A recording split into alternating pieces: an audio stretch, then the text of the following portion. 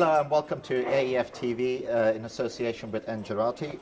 We're now joined by Anne Lapierre, who's an associate at Norton Fulbright.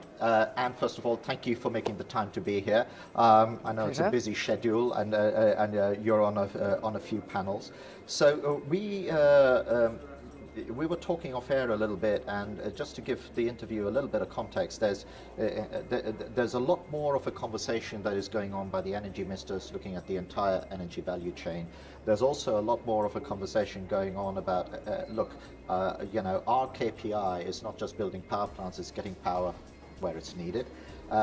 And then, to layer over the top of that, I'm not going to go into everything, people are also saying that actually the fastest way of getting power to where it's needed may not be through a very traditional transmission distribution line matrix. It may be in around mini grids and things that are going on in there. Would you sort of support that view? Oh, definitely I would, because when you look at the development in the continent for the past few years, we've got a good development of large projects in terms of structuring and financing. Large project means large capacity, so need transmission line to distribute. So that add on to the cost, but that's only those large projects which actually have enough money into the project to finance all the transaction cost.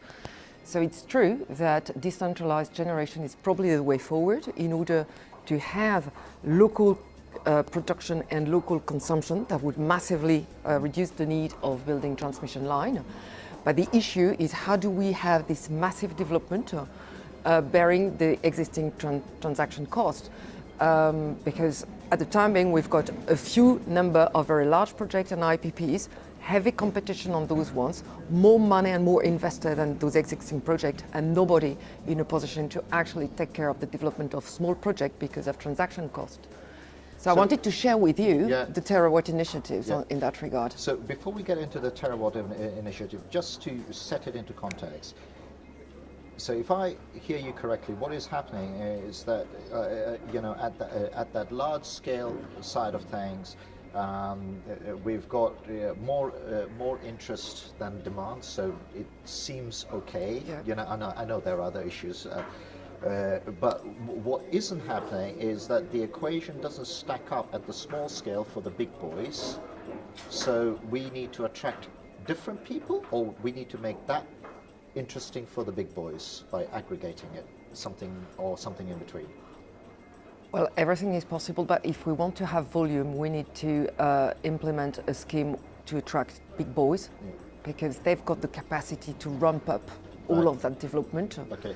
So the question is, how do we do that? And probably standardization is the way. When we look at the IFC, for example, there is this scaling solar package which has been put in place.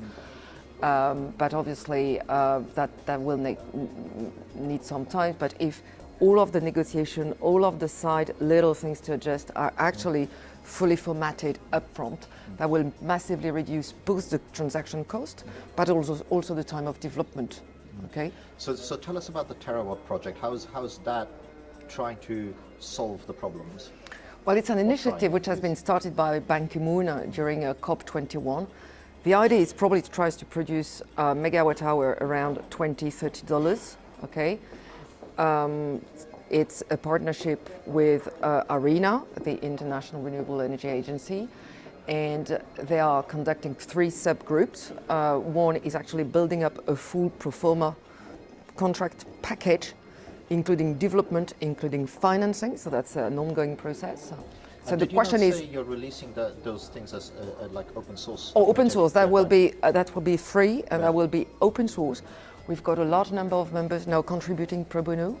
I've got the chance to lead the Power Purchase Agreement group, but a lot of people, financiers, developers, contributors, analysts are contributing to this package, which is going to be available for free. The idea is that if the development people use the package, they access the money.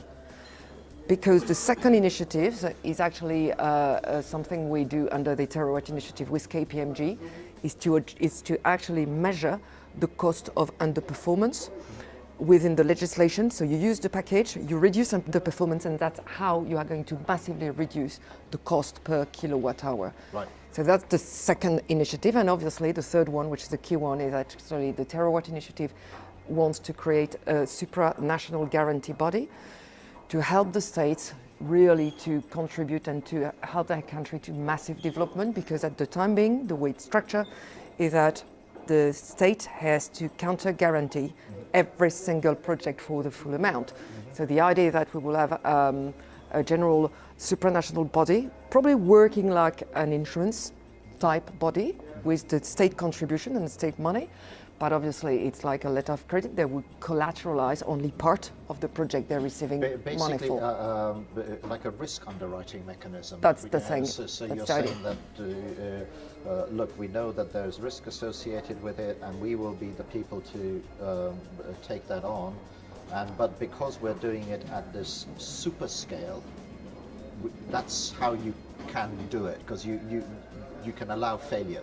You can allow for failure at That's that level, exactly right? the idea, and that if there is failure, because everybody's contributing, there is also a kind of virtuous mechanism there, because if one of the project in one of the states is defaulting, obviously all the neighbors are going to look at that. So it's a kind of virtuous things to develop small project, either off-grid or microgrid, but really the idea that if you use the package, you access the money, you benefit from the supranational guarantee. And that's how, in my view, that can attract big boys and we can have really massive volume. Because at the moment, and just elaborating on it, attract the big boys, because at the moment, it seems to me that at the grid edge, it's like it's a very fragmented situation. You've got, I'm not saying people aren't doing good work, they are doing good work, but it's very fragmented. You've got some people coming in and because the financing isn't there, they're going into communities and making direct contracts with them. Some of those communities don't know what they're signing, etc., etc. So you've got all of that, but it's incredibly fragmented. Sometimes that fragmented nature can work, but what you're saying is that it's not working fast enough, and this would be an acceleration. When you look at the power need and the number of people walking in Africa because they need food, because they need water, because they need power, we've got a speed issue there. So we need to change the way we do business if we want really to achieve our aim. And the only way is really to reduce cost until everywhere, whatever is the structure in terms of existing infrastructure or not of the country, all of this power is produced for much less cost. And the LCOE in Africa, in terms of cost of production per kilowatt hour, is so much higher than in Europe.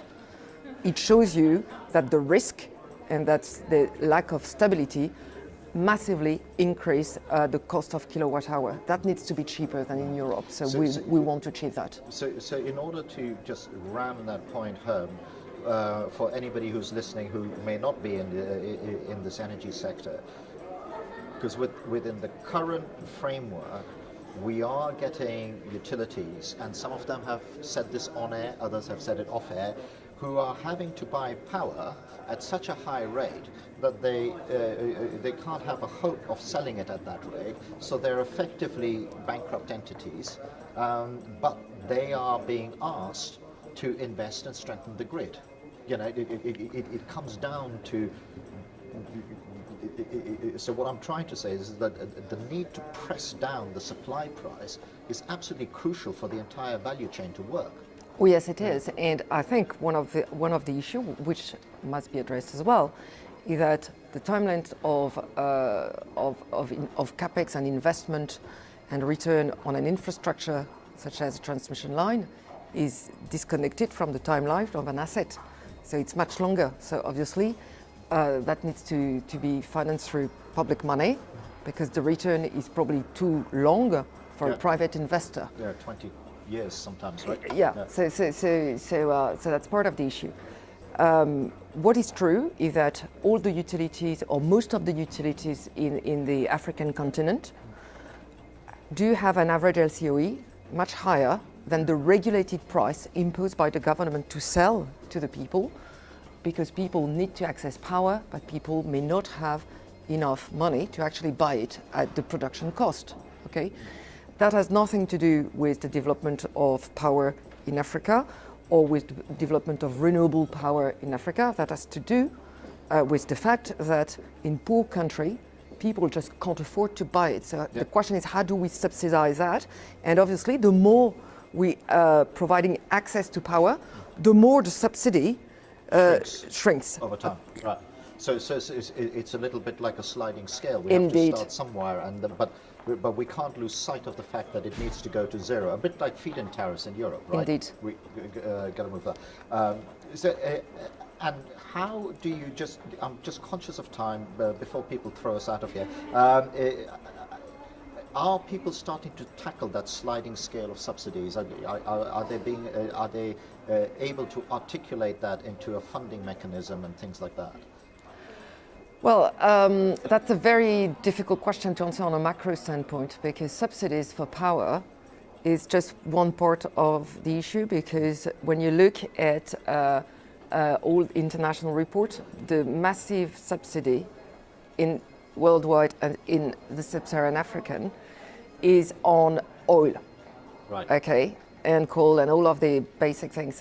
So I think, and that is going to be difficult, is that all the subsidy issues can be adequately addressed if we put everything on the table and we revisit the way the support is provided. And you look at it as a whole value chain. As a whole value chain, because if you cut bits, first of all, it's too dangerous for the person just being in the middle of the value chain. Yeah. And we need to keep in mind that it's a highly regulated issue coming from the states. So that's always a risk. So that needs discussion, because whatever is the nice system you put in place in terms of financing, in terms of reducing cost, obviously the states can impose additional taxes, for example, for which is that jurisdiction, and that may actually unbalance the total economics of a project. So it's a long-term one that will need to be discussed further, but I'm very optimistic that at least for small projects, we're going to make it and accelerate the volume if we go through standardization. And obviously, the other key one will be storage. And on that note, we'll leave it. Otherwise, I think we'll go on for another 15 minutes. Thank you very much for watching. I hope you enjoyed that interview. And thank you very much for joining us and putting it on into context. And genuinely, good luck with everything that's going on with the Terawatt. Luck is the wrong word. Much success, I think. Thank you.